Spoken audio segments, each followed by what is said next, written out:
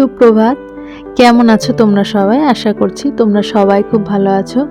আমিও খুব ভালো আছি। ঘুম থেকে উঠে গেছি। আজকে হচ্ছে শনিবার। শনিবারের এখন হচ্ছে সকাল 6:30।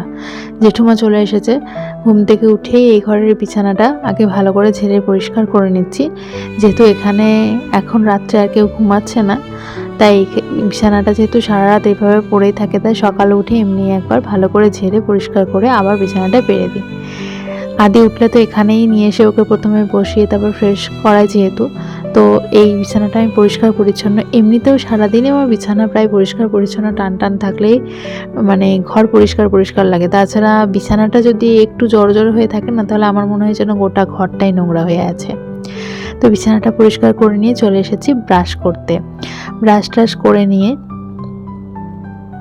আর ব্রাশ করার আগে আমি ভালো করে ব্রাশটা, আমার হাতটা ভালো করে হ্যান্ড ওয়াশ দিয়ে ধুয়ে নিই, তারপর ব্রাশ করি। কেন কি সারা রাত তো ব্রাশটা খোলাই পড়ে থাকে, তো এই জন্য ভালো করে ধুয়ে নিই। তো ব্রাশ ট্রাশ করে নিয়ে এই দেখো এখানে 1 বোতল জল, এখানে 500 ml জল ধরে এই বোতলটাতে। এই বোতলের জলটা পুরোটাই প্রায় আমি খেয়ে নিই, প্রত্যেক দিনই এটা খাই। তারপরে আর চলে যাব হচ্ছে উপরে চলে এলাম। তার কারণ হচ্ছে আদির বাবা কেউই ওঠেনি, যেহেতু ঠাকুর ঘরটা আমি পরিষ্কার করে রেখে দেবো। আর এখানে দেখো কালকে বৃষ্টির জন্য কয়েকটা জামা কাপড় আমার পুরোপুরি শোকায়নি, তাও তুলে আর কি সিঁড়িতে মিলে দিয়েছিলাম। তো সেগুলো এখন রোদ উঠেছে যেহেতু, একবার নিচে মেঝেটাতে, ছাদের মেঝেতে ফেলে দিচ্ছি, তাহলে গন্ধটাও চলে যাবে আর জামা কাপড়গুলোও বেশ গরম হয়ে যাবে। এখানে ঠাকুর ঘরটা পরিষ্কার করতে চলে এলাম। আর জানো তো, প্রত্যেক দিনই ঠাকুর ঘরের এই তালাটা খোলার সময় আমি একটা ভুল চাবি দিয়ে প্রথমে খুলতে চাই। মানে আমাদের দুটো এই চাবির গোছাতে দুটো সেম সাইজের সেম চাবি আছে, তো প্রথমে আমি প্রত্যেক দিনই ওই ভুল চাবিটাই প্রথমে আর কি ভুল চাবিটা দিয়ে খুলতে চাই। তো তারপর বুঝতে পারি যে না, এটা তো ভুল, এবার তারপরে ঠিকটা আর কি দিয়ে খুলি। তো এখানে ঠাকুর ঘরটা ভালো করে পরিষ্কার করে নিলে না, সকালে এটা করে নিলে না, এটা প্রত্যেক দিনই তোমাদেরকে হয়তো বলি, সকালে যদি ঠাকুর ঘরটা পরিষ্কার করে নিতে পারি তাহলে অনেকটা কাজ এগিয়ে থাকে, প্লাস মনটাও খুব ফ্রেশ লাগে। আর আজকে তো শনিবার, পুজো ভালো করেই পুজো করার ব্যাপার আছে, সেজন্য আর কি, যেহেতু আদির বাবা যদি তাড়াতাড়ি স্নান করে তাহলে ও পুজোটা করে দিতে পারবে, ঠাকুর ঘরটা যদি পরিষ্কার করা থাকে। আর আজকে আমি তো তারা সকালে স্নান করব না, যেহেতু আদির আজকে ভ্যাকসিনেশনের ডেট আছে, আমি স্কুল ছুটি নিয়েছি। তো হাসপাতালে যেহেতু আজকে সরকারিভাবে ভ্যাকসিন দেওয়া ডেট আছে, হাসপাতালে দেব। তো হাসপাতাল থেকে তো এসে স্নান করতেই হয়, তোমরা সবাই জানো, যেহেতু হাসপাতালে অনেক রকমের জার্মস থাকে। আর যেহেতু ঘরে আদি আছে, ওকে নিয়েই যদি যাব, ওকেও ভালো করে ফ্রেশ করিয়ে দিই। আর আমি সবসময় হাসপাতাল থেকে এসে স্নান করে নিই মাথায়, তো ওই জন্য দুবার স্নান করবো না, একবারই স্নান করব এসে একদম হাসপাতাল থেকে। আর এখানে দেখো ওর ভ্যাকসিনেশনের কার্ডগুলো বের করে নিচ্ছি, একটা যেটা সরকারিভাবে দেওয়া সেই কার্ডটা, আর কয়েকটা ভ্যাকসিন ওকে আমি বাইরে থেকে দিয়েছি আর কি, মানে ডক্টরের কাছে কিনে দিয়েছি, সেই বড় বইটাও নিয়ে নিলাম। কারণ আজকে ওর সব ভ্যাকসিনগুলোর মধ্যে একটা ভ্যাকসিন আমি বাইরে থেকে দিয়েছি, তাই দুটো বই নিয়ে নিলাম। আর এখানে দেখো আদির এই যে ড্রয়ারটাতে জামা কাপড়গুলো থাকে, ওটা অনেকটা অগোছালো হয়ে গেছিলো দেখলাম, তাই ভাবলাম একটু গুছিয়ে নিই।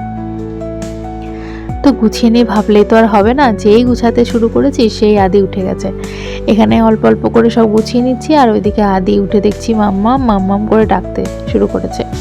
আর সকাল থেকে একটাই জিনিস চিন্তা করছিলাম, যে এই তো সকাল থেকে হাসতে হাসতে যাবো আর কাঁদতে কাঁদতে বাড়ি ফিরবে ছেলেটা।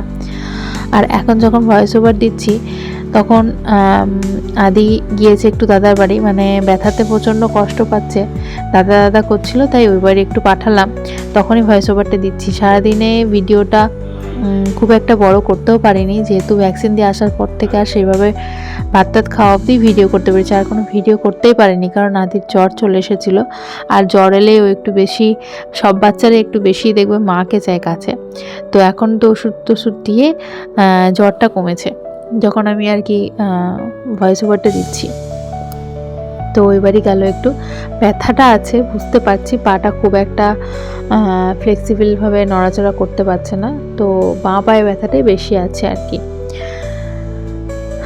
তো এই দেখো জামা কাপড় গুছাতে চলে যেতে হলো, মানে আদি ডাকছে। এখন বাজে 10টা, বেরোচ্ছি আদির ভ্যাকসিনেশনের জন্য। আজকে স্কুল ছুটি নিয়েছি, বুধবার বুধবার দেওয়ার কথা ছিল, বুধবার ছুটি নিতে পারিনি। 2 টিচার স্কুল তো, একজন না থাকলে আরেকজনের স্কুল করা খুব মুশকিল হয়ে যায়। তো আজকে শনিবার, আজকে হাফ, যেহেতু আজকে অতটা অসুবিধা হবে না, তো ওই জন্য আজকে ছুটিটা নিয়েছি। আজকে দেবো ভ্যাকসিনটা। আর আরও একটা কারণ আছে আজকে ছুটিটা নেওয়ার। তার কারণ হচ্ছে যে ভ্যাকসিন দিলেই, এটা যেহেতু সরকারিভাবে দেওয়া ভ্যাকসিন, তাই ভ্যাকসিনটা দিলেই আদির জ্বর আসবে, প্রত্যেকবারই আসে জ্বর, আসে হাত পায়ে ব্যথা, এগুলো তো থাকেই। তো সেই জন্য আর কি কালকের দিনটা রবিবার, আজকে পুরো দিনটাই পাবো, কালকের দিনটাও ওকে দেখতে পাবো। তো মানে আর কি আমার কাছে থাকতে চাইবে যদি জ্বরটা থাকে। তো সেই জন্যই আর কি আলাদা করে ছুটি নিতে হলে ছুটিটা নিতে হবে না, কালকের দিনটা পুরোটাই পাওয়া যাবে। সেই জন্যই শনিবার দিনটা বেছেছি। তো শনিবার দিনটা সেই জন্যই বেছেছি, যেহেতু অসুবিধা খুব একটা হবে না। আর ভ্যাকসিনটা দিতে যাওয়ার আগেই না খুব টেনশন হয়, এত কান্নাকাটি করে আদি যে কিছু বলার নেই। সব বাচ্চাই করে, আমি দেখেছি। আর এগুলো যেহেতু সরকারি ভ্যাকসিন, ব্যথাটা প্রচণ্ডই হয় আর কি। তো চলো ভ্যাকসিনটা দিয়ে নিয়ে আসি। ওকে আদিকে আগেই রেডি করে দিয়েছিলাম, রেডি করে দিয়ে মায়ের কাছে পাঠিয়েছি। তারপর এখন হচ্ছে যাব ওকে ওই দিক থেকে নিয়ে তারপর ভ্যাকসিনতে নিয়ে যাব। তো চলো, ভ্যাকসিন দিয়ে চলে এলাম। এখন বাজে 1:30। হ্যাঁ, মানে ওকে প্রথমে চেক আপ করালাম, তারপরে ভ্যাকসিন দিলাম, তো এতটা লেট হয়ে গেল। তাছাড়া ভ্যাকসিনের ওইখানে এতটা ভিড় ছিল না, আজকে ভিড়ই ছিল না। তো কিছুক্ষণ ভ্যাকসিন দেওয়ার পর কিছুক্ষণ দাঁড়াতে হয়, তো দাঁড়িয়েছিলাম। তখন নার্সের সাথে বিভিন্ন রকমের গল্প হলো, আড্ডা হলো, আমার মানে আদির আর কি প্রচুর কথা হলো, গান শোনানো হলো, অনেক রকম সব আদর টাদর খাওয়া হলো। তারপরে এলাম, বৃষ্টি পড়ছিল, ওই জন্য কিছুটা দাঁড়িয়েছিলাম, তার জন্য লেট হয়ে গেল।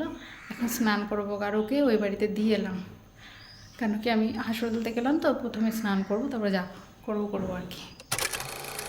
যে জামা কাপড়গুলো পরে গিয়েছিলাম সেগুলো সমস্ত কিছু কেচে নিয়েছি, কেচে নিয়ে এখানে মিলে দেবো।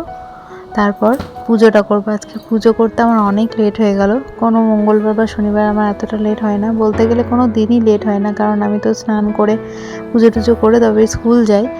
তো কিছু করার নেই, আজকে যেহেতু লেট হয়েই গেল, তো পুজো তো করতেই হবে। তাই পুজো করতে করতে প্রায় 1:45 বেজে গেল মনে হয়। তো তবুও এখানে প্রথমেই হরি গাছে জলটা দিয়ে নিলাম, তারপর ঠাকুরের পুজোটা করে নিলাম, তারপর নিচে গিয়ে তোমাদেরকে আজকের মেনুটাও একবার দেখিয়ে দেব। আজকে তো শনিবার, নিরামিষ, তোমরা সবাই জানো যারা আমার ভিডিও আগে থেকেই দেখো, শনিবার আমাদের নিরামিষ হয়। তো নিরামিষের মধ্যেই যে যা কিছু হয়েছে সেগুলো তোমাদেরকে একবার দেখিয়ে দেব। আর আমি হচ্ছে টিফিনে আলু ভাজার মুড়ি খেয়ে গিয়েছিলাম। পুজো করতে গিয়ে আজকে এত হাওয়া দিচ্ছিল যে প্রদীপ আর ধূপকাঠি ধরাতেই পারছিলাম না, তাই অবশেষে দেখো দরজাটা লাগিয়ে তারপর ভালো করে পুজোটা করলাম, মানে এতই হাওয়া দিচ্ছিল।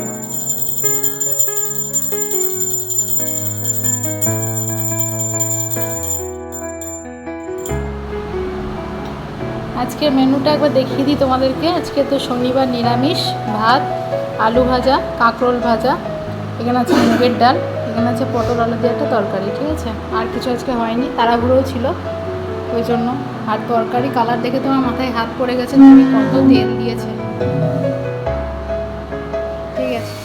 ভাত টাত খেয়ে নিয়ে ড্রায়ার দিয়ে চুলটা একটু শুকিয়ে নিচ্ছিলাম, কারণ অলরেডি স্নান করে খেতে খেতে আর কি 2:30 বেজে গেছে।